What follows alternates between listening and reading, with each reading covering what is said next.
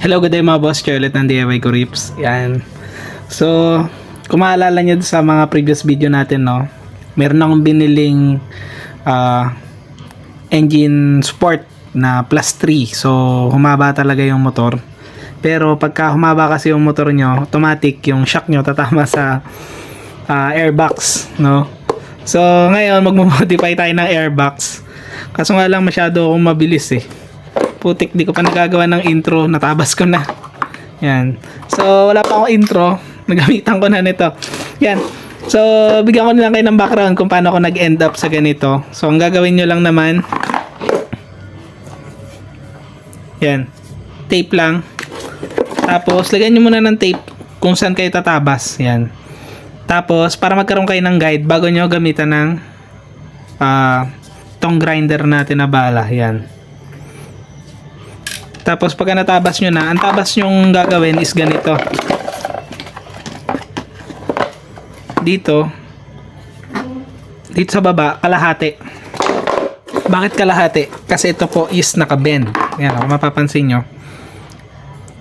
Nakabend siya. So kailangan tabasin nyo yung kalahati. Tapos ang gagawin natin dyan mamaya is itutuwid natin yan. Paplat natin yan. Yan. Yung curve na yan. Kailangan natin i-flat. Hindi nyo mapaplat yan nang hindi nyo tinatabas yung kalahati. Yan. Tapos, gapang dito, papunta dito sa taas. Ako ang tabas ko hanggang dito lang. Yan. End lang mismo nitong do sa tire hugger natin. Yan, hanggang dyan. Tapos, pabalik na. Yan. So, ito po is nagagalaw na. Medyo, ayan. So, naaangat na natin yan. So, ang next step ko naman ngayon dito is kailangan straight muna natin itong portion na to. Pagka na-straight na natin ito, straight naman natin yung dito sa baba. Yan. So, ang gagamitin natin dyan is heat gun. So, mangyayari, heat gunin ko muna, no? Tapos, papakita ko sa inyo kung ano yung magiging itsura niya after i-heat gun. So, balikan ko kayo mamaya. Bale, ito na, no? Yan, na-heat gun ko na. So, kung mapapansin nyo, layo nung in-adjust niya. Dito siya originally. Na-move na siya papaganon. So, ang layo. Tapos, kung mapapansin nyo, may sobra rin. So, ito is ikakating na lang natin. Yan. Tapos, mapapansin nyo, mayroong mga ganyan. So, okay lang yan kasi lalagyan naman natin yan ng epoxy. So, kung magaling kayo magmasilya, mas maganda yung masilyahin nyo na lang. Yan. Tapos dito din. So, ito is ikakating ko na lang. Nakalibel siya nito. Yan. Para hindi na ganun kahirap lihahin mamaya. Tapos, bumili na lang din ako nito epoxy. Super epoxy compound. Guti yung brand. Yan. Pero, after ko kasi lagyan itong Guti. Yan. Ang mangyayari, bumili pa ako ng marine epoxy. So, dadaanan ko pa ulit ng marine epoxy. Pero, depende, no? Kung maganda naman na siya, gamit itong Guti. At pakiramdam ko naman hindi siya mabubuwal. Okay na yon. Tapos, kung meron kayo yung mga ginagamit sa mga nag-crack na bumper, yung parang, tawag dito, parang alambre na tinutunaw. Iniinit yun tapos ididikit mo sa pairings. Mas maganda lagyan mo rin ng ganon para at least merong reinforcement. Pero dahil wala ako noon, ito na lang. Cut ko na to dito. Tapos ang una kong lalagyan na itong epoxy is dito sa side. Yan, dito ko una maglalagay. Dito.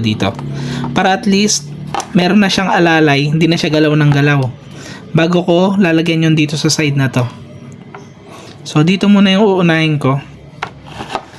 Yan. So, ang gagawin ko, kakat ko na to. Yan, kakat. Tapos, lagyan ko na to ng epoxy. Tapos, pakita ko sa inyo after kung ano yung magiging itsura niya. Update dun sa minomodify natin na airbox. So, nagawa ko na yung isang side. Ito. Yan. Papatuyuin ko na lang tapos lilihahin ko. Yan na. So, tingin ko kulang ang dalawa. Siguro mga tatlo bibili nyo. Dalawa lang kasi binili ko. So ito isa, yan, isa na yung nagamit ko dito. Yan, bali isa na lang yung natitira ko. So paghaluin lang naman yung dalawa. Yan, isang puti isang itim, paghaluin nyo lang. Tapos bago nyo ihuhulma. Yan. Medyo hindi ako nagandahan dito. Kasi anong nangyayari sa kanya, akala mo smooth na siya, pero pagka kinakabit mo na siya, gumagaspang ulit. Yan. So parang hindi siya clay ang dating. Yung clay kasi pagka minix-mix mo na, pagka smooth na siya, madali na siyang iulma. Dito, pagka naging smooth na siya, tapos ihuhulma mo ulit, magiging magaspang ulit. So parang medyo mahirap siya gamitin. Dati nakapag-try ako ng epoxy na metal hata yun. Nakalimutan ko na. Pero yun, epoxy talaga yung brand. Tapos pagka yung gawa ng Pioneer, yun. Tapos siya, kung ano yung shape niya, ayun na talaga yun. Kumbaga pagka smooth na siya, kahit na i-shape mo siya, smooth pa rin. Ito kasi nagiging magaspang. Yan, pero dito muna yung inuna natin, pati sa loob yan. Para hindi na siya gagalaw. Tapos ito na isusunod natin. Kaso nga lang ito, tingin ko kulang talaga to eh. So titignan ko lang kung hanggang saan yung aabutin. So imimix-mix ko na rin to, tapos ilalagay ko na dito. Tapos papakita ko sa inyo kung hanggang saan yung inabot nung epoxy natin. Update to sa ginagawa nating airbox modification. Bali ayan na siya. So kulang talaga siya, no. Pa-order pa ulit ako. Yan. Ito yung una nating nilagyan. Tapos ito, para ma-shape ko siya ng ganyan, nilagyan ko ng tape sa kabila. Para meron pagsandalan yung pinaka-epoxy. Yan. Tapos tatanggalin ko na lang yan. Tapos kulang pa ako ng epoxy. Hindi ko alam, no. May binili kasi akong marine epoxy. Titignan ko muna yon kung parang clay type din siya. So kung clay type din yon, baka ay na lang yung ipang puno ko dito. Kung hindi naman siya clay type, kumbaga parang liquid type siya, papahidan ko to para mas matibay. Yan. Kulang talaga eh, oh. May butas pa. So update ko ulit kayo, no. Update ulit sa minamodify natin na airbox. So hindi na ako bumili ng guti. Ginamit ko na lang yung binili kong marine epoxy. Yan, Pioneer. Tapos yung dito, kinutan ko ulit na marine epoxy. Dito yung bandang kinapos tayo. Yan, so marine epoxy na din yan. Nadikit ba yan? Tapos yan, gagawin na lang dyan, smoothin na lang yan. Yan, papantay-pantayin na lang para maging maganda. Tapos lilihahin, tapos pinturahan na lang ng itim. So ito yung marine epoxy, dalawa yan, A at saka B, paghaluin lang. Pagka na mix na, ganyan na yung magiging itsura nyan. So papantayin na muna natin, tapos papakita ko sa inyo bago natin i-repaint. Bale ito, no, medyo napantay-pantay na natin. Yan. So binasa ko lang bago ko pantayin. Yan. So daliri lang pinampantay ko dyan. Binasa ko lang yung daliri ko bago ko siya patagin, para hindi kulukulubot. Pagka natuyo yan, hindi na ganun kahirap lihain bago i-repaint. Kaso nga lang, kumapal na siya masyado. Kasi yung nalagay nating guti kahapon, makapal na yun. Tapos pinatungan ko pa ng epoxy. Ayan. Ng marine epoxy. So, tignan na lang natin kung sasayad to dun sa shock. Kasi masyado na makapal. Pero tingin ko naman hindi. Ayan. Tsaka lumayo talaga siya eh. Oh. Layo na niya compare doon sa stock.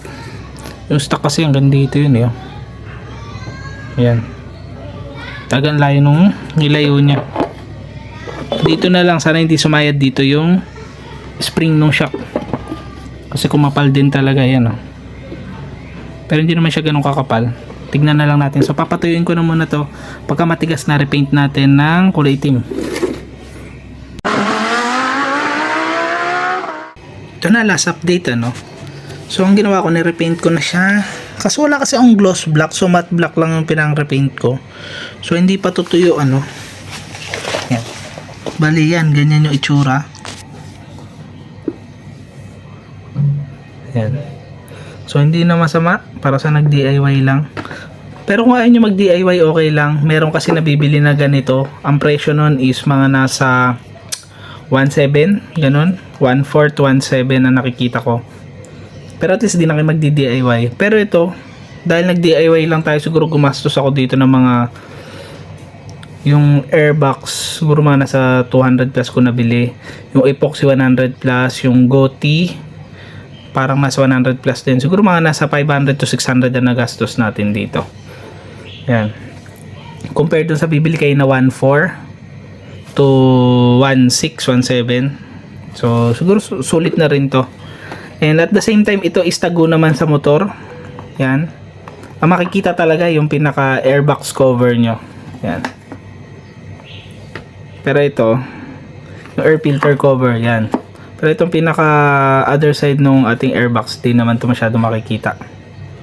Yan. So tapusin na natin itong video na to, no? Masyado na mahaba. Ingat kayong lahat. Ride safe. God bless.